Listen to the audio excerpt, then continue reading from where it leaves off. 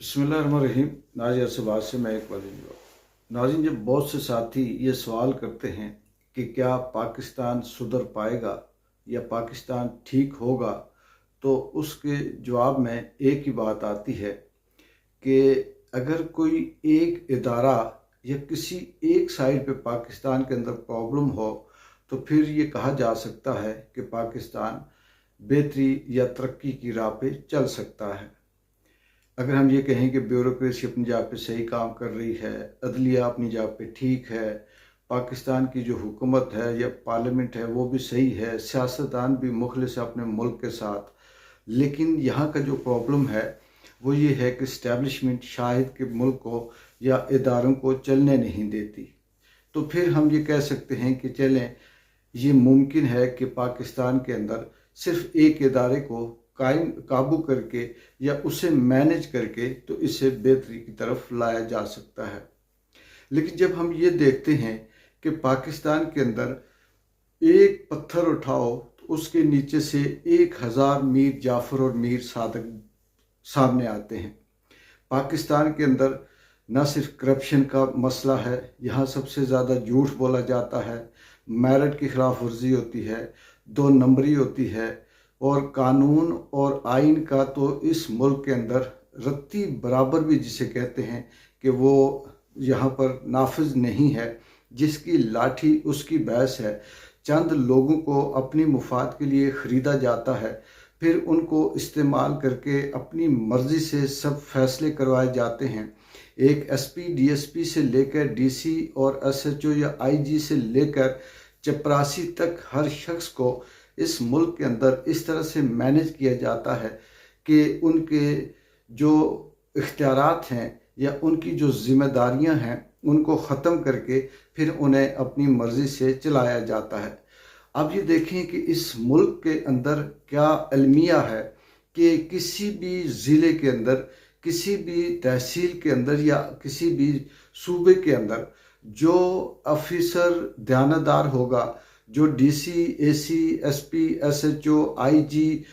अच्छा होगा, या उसे आप कह सकते हैं कि पब्लिक फ्रेंडली होगा, वो हक और सच की बात करता होगा, वो रिश्वत और मनशियात की रोकथाम में सबसे ज़्यादा काम करता होगा, उस इलाके, उस ज़िले, उस जगह के डीसी, एसी, एसपी या इस तरह के जितने भी इंतज़ामिया के हवाले से जो अफसरान हैं, उनको आप देखते होंगे कि चंद महीने भी नहीं रहने दिया जाता बल्कि उनको ट्रांसफ़र कर दिया जाता है। अब ये ट्रांसफ़र क्यों किया जाता है और ये ट्रांसफ़र कौन करता है? जाहिर सी बात है कि रियासत के वो ताकतवर हलके करते हैं जो इस करप्शन के अंदर लिथड़े हुए हैं, जो झूठ बोलते हैं और जिनका ताल्लुक किसी खित्ते, इलाके, मुल्क से की तरक्की से नहीं है। उनका ताल्लुक सिर्फ ये है कि वो कितना ज़्यादा माल बना सकते हैं, अपनी ज़ाती प्रॉपर्टी बना सकते हैं और अपने ख़ानदान और अपने बच्चों के हवाले से उनके जितने भी मुस्तकबिल में आने वाले जो प्रोग्राम हैं वो सारे के सारे अभी से तरतीब देते हैं। जब हम इस चीज़ को सामने रखते हैं तो फिर ये कहना बहुत मुश्किल है कि चाहे वो इमरान खान हो या कोई और भी अगर आ जाए तो वो इस मुल्क को इसलिए आसानी से नहीं सुधार सकता कि यहाँ पर हर तरफ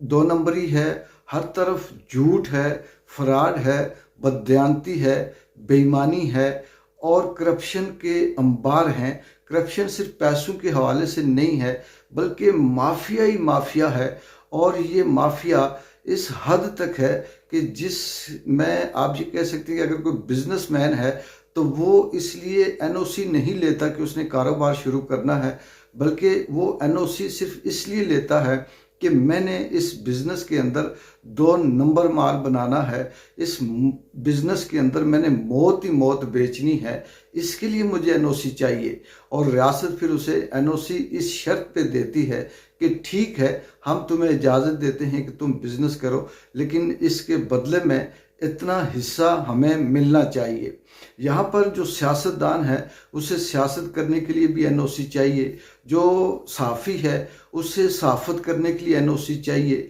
इस यहाँ पर जो عام ڈاکٹر ہے، وکیل ہے یا کوئی ایسا شخص ہے، سوشل ورکر ہے، انہیں بھی اپنے کام کرنے کے لیے کہیں نہ کہیں سے این او سی چاہیے ہوتا ہے، اور وہ این او سی کا مطلب یہ ہے کہ تو نے ہمارے مفاد کی بات کرنی ہے، تو نے ہمارے مفاد کے لیے کام کرنا ہے، چاہے اس میں کچھ حصہ، کچھ 1%، 10، 20، 30% آپ پبلک کے حوالے سے بھی بات کر دو، اور ایک آدھ بیچ میں ہمیں برا بھلا بھی کہہ دو۔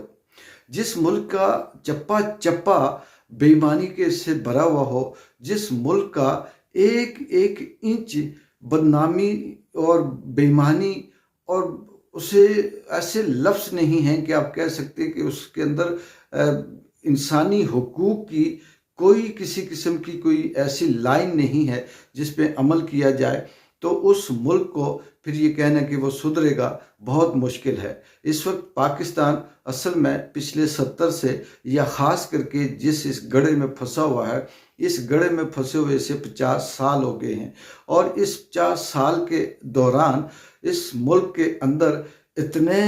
وہ بچے پیدا ہوئے، کرپشن نے اتنے بچے دیے، دو نمبری جھوٹ فراڈ اور مفاد نے اتنے بچے دیے کہ اب ان کی تعداد تو ہے تھوڑی، لیکن وہ 25 کروڑ بے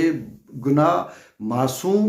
اور ان لوگوں کے اوپر بھاری ہیں جن کی ذمہ داریوں کے لیے وہ حلف اٹھاتے ہیں، جن کے لیے وہ بات کرتے ہیں۔ اس ملک کا دوسرا المیہ یہ ہے کہ یہاں پر جو شخص یہ کوشش کرے کہ سارے مل کر کسی ایک اچھے راستے کی طرف چلیں، تو اسے سے سازش کر کے، اسے ملک دشمن قرار دے کر، اسے غدار کہہ کر، اسے امن خراب کرنے کا نام دے کر، بہت اگر نہ ہوا تو اسے انڈیا کا یا راہ کا ایجنٹ کہہ کر یا یہودی ایجنٹ کہہ کر پھر اس کے لیے رستہ تنگ کر دیا جاتا ہے، اور اسے راستے سے ہٹانے کے لیے جتنی ممکن کوشش ہوتی ہے وہ کی جاتی ہے۔ تو اس صورت میں صرف ایک ہی راستہ بچتا ہے اس ملک کو بہتری کے لیے۔ ملک کی بہتری کا میرا مطلب ہرگز یہ نہیں ہے کہ یہاں پر دودھ اور شہد کی نہریں بہی جائیں۔ بہتری کا مطلب یہ ہے کہ یہاں پر بے روزگاری ختم ہو، عام آدمی کو انصاف ملے، پڑھے لکھوں کو ان کی صلاحیت کے مطابق انہیں روزگار ملے، اور اس ملک کے اندر سرمایہ آئے، انڈسٹریاں لگیں، اور بیرونی ملک سے جو سرمایہ دار ہیں وہ یہاں پر انویسٹ کرنے کے لیے دلچسپی رکھتے ہوں۔ یہ تب بھی ہو سکتا ہے کہ یہاں پر دیانتداری ہو، یہاں پر کک بیک نہ لیا جائے، یہاں پر اپنے مفاد کے لیے کام نہ کیا جائے، بلکہ ملک، عوام اور اس خطے کی ترقی کے لیے کام کیا جائے، تب جا کر یہ ہو سکتا ہے۔ لیکن پچھلے 50 سالوں کی جو ایکسرسائز ہمارے سامنے ہے، جو عمران خان نے پردہ چاک کیا، اس پردے کے پیچھے سے جو گند اب سامنے آیا، اسے دیکھ کر یہ لگتا ہے کہ شاید آنے والی کئی صدیاں لگ جائیں جو اس ملک کے اندر بہتری آئے، اور پھر وہ صدیوں میں جا کر یہ ملک آگے ترقی کر سکتا ہے۔ آگے چل کر انشاءاللہ اگلے ولاگ میں بات کروں گا کہ یہ ملک ایسا نہیں ہے کہ اسے بنے ہوئے کوئی 70 سال ہوئے یا 50 سال سے خراب ہے، یہ صدیوں سے تہذیب یافتہ خطہ ہے، اس کے اندر کئی ہزار سال کی تاریخ ملتی ہے حکومت کی۔ لیکن بدقسمتی یہ ہے کہ اس جو خطہ الگ ہوا پاکستان کے نام سے، اس کو شاید کہ اس وقت بنانے والوں نے بنا کر پھر ایک دم سے ایسے وڈیرے یا بدماش یا مافیا کے حوالے کر دیا۔ اس مافیا کے منہ پر اس ملک کا جو چسکا تھا، جو اس ملک کے اندر